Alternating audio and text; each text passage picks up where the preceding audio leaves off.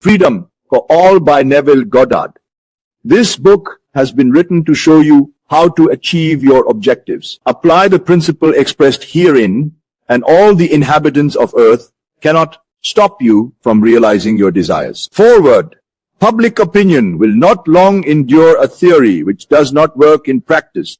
Today, probably more than ever before, man demands proof of the truth of even his highest ideal. For ultimate satisfaction, man just find a principle which is for him a way of life, a principle which he can experience as true. I believe I have discovered just such a principle in the greatest of all sacred writings, the Bible. Drawn from my own mystical illumination, this book reveals the truth buried within the stories of the Old and New Testaments alike. Briefly, the book states that consciousness is the one and only reality, that consciousness is the cause and manifestation is the effect. It draws the reader's attention to this fact constantly, that the reader may always keep first things first. Having laid the foundation that a change of consciousness is essential to bring about any change of expression,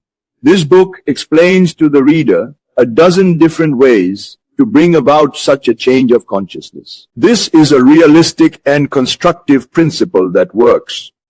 The revelation it contains, if applied, will set you free. Chapter 1. The Oneness of God.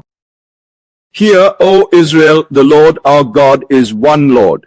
Hear, O Israel. Hear, O man made of the very substance of God. You and God are one and undivided. Man, the world, and all within it are conditioned states of the unconditioned one.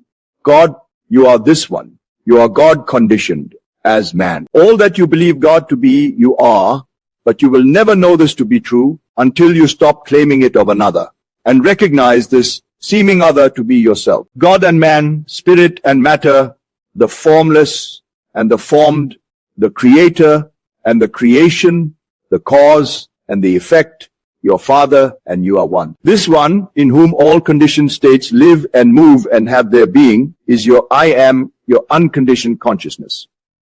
Unconditioned consciousness is God, the one and only reality. By unconditioned consciousness is meant a sense of awareness, a sense of knowing that I am apart from knowing who I am.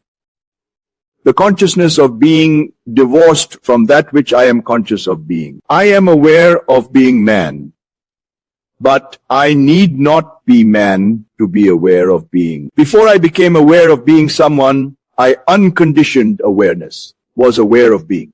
And this awareness does not depend upon being someone. I am self-existent, unconditioned consciousness. I became aware of being someone, and I shall become aware of being someone other than this, that I am now aware of being. But I am eternally aware of being, whether I am unconditioned formlessness or I am conditioned form, as the conditioned state. Man might forget who I am or where I am, but I cannot forget that I am. This knowing that I am, this awareness of being, is the only reality. This unconditioned consciousness, the I am, is that knowing reality in whom all conditioned states, tight conceptions of myself, though begin and end, but which ever remains the unknown knowing being when all the known ceases to be. All that I have ever believed myself to be, all that I now believe myself to be, and all that I shall ever believe myself to be, are but attempts to know myself, the unknown, undefined reality. This unknown knowing one or unconditioned consciousness is my true being, the one and only reality. I am the unconditioned reality conditioned as that which I believe myself to be. I am the believer limited by my beliefs, the knower defined by the known. The world is my conditioned consciousness objectified. That which I feel and believe to be true of myself is now projected in space as my world. The world 20, my mirrored self 3, ever bears witness of the state of consciousness in which I live. There is no chance or accident responsible for the things that happen to me or the environment in which I find myself.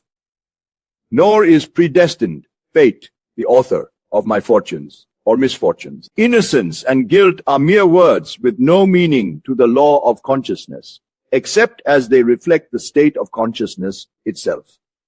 The consciousness of guilt calls forth condemnation. The consciousness of lack produces poverty. Man everlastingly objectifies the state of consciousness in which he abides, but he has somehow or other become confused in the interpretation of the law of cause and effect. He has forgotten that it is the inner state which is the cause of the outer manifestation, as within, so without.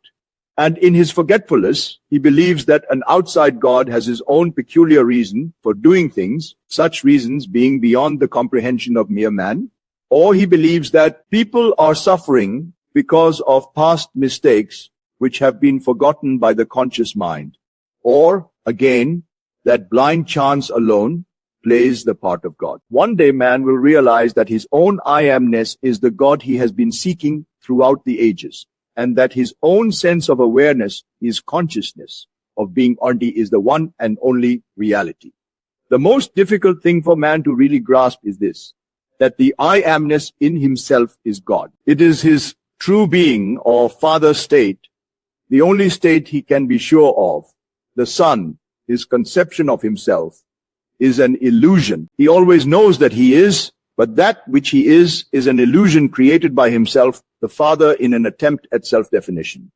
This discovery reveals that all that I have believed God to be, I am. I am the resurrection and the life is a statement of fact concerning my consciousness. For my consciousness resurrects or makes visibly alive that which I am conscious of being. I am the door. All that ever came before me are thieves and robbers. Shows me that my consciousness is the one and only entrance into the world of expression, that by assuming the consciousness of being or possessing the thing which I desire to be or possess is the only way by which I can become it or possess it, that any attempt to express this desirable state in ways other than by assuming the consciousness of being or possessing it is to be robbed of the joy of expression and possession. I am the beginning and the end reveals my consciousness as the cause of the birth and death of all expression. I am hath sent me reveals my consciousness to be the Lord which sends me into the world in the image and likeness of that which I am conscious of being, to live in a world composed of all that I am conscious of. I am the Lord, and there is no God beside me, declares my consciousness to be the one and only Lord, and beside my consciousness there is no God. Be still and know that I am God means that I should still the mind and know that consciousness is God. Thou shalt not take the name of the Lord thy God in vain. I am the Lord. That is my name. Now that you have discovered your I am, your consciousness to be God, do not claim anything to be true of yourself that you would not claim to be true of God. For in defining yourself, you are defining God. That which you are conscious of being is that which you have named God. God and man are one. You and your Father are one. Your unconditioned consciousness, or I am, and that which you are conscious of being are one.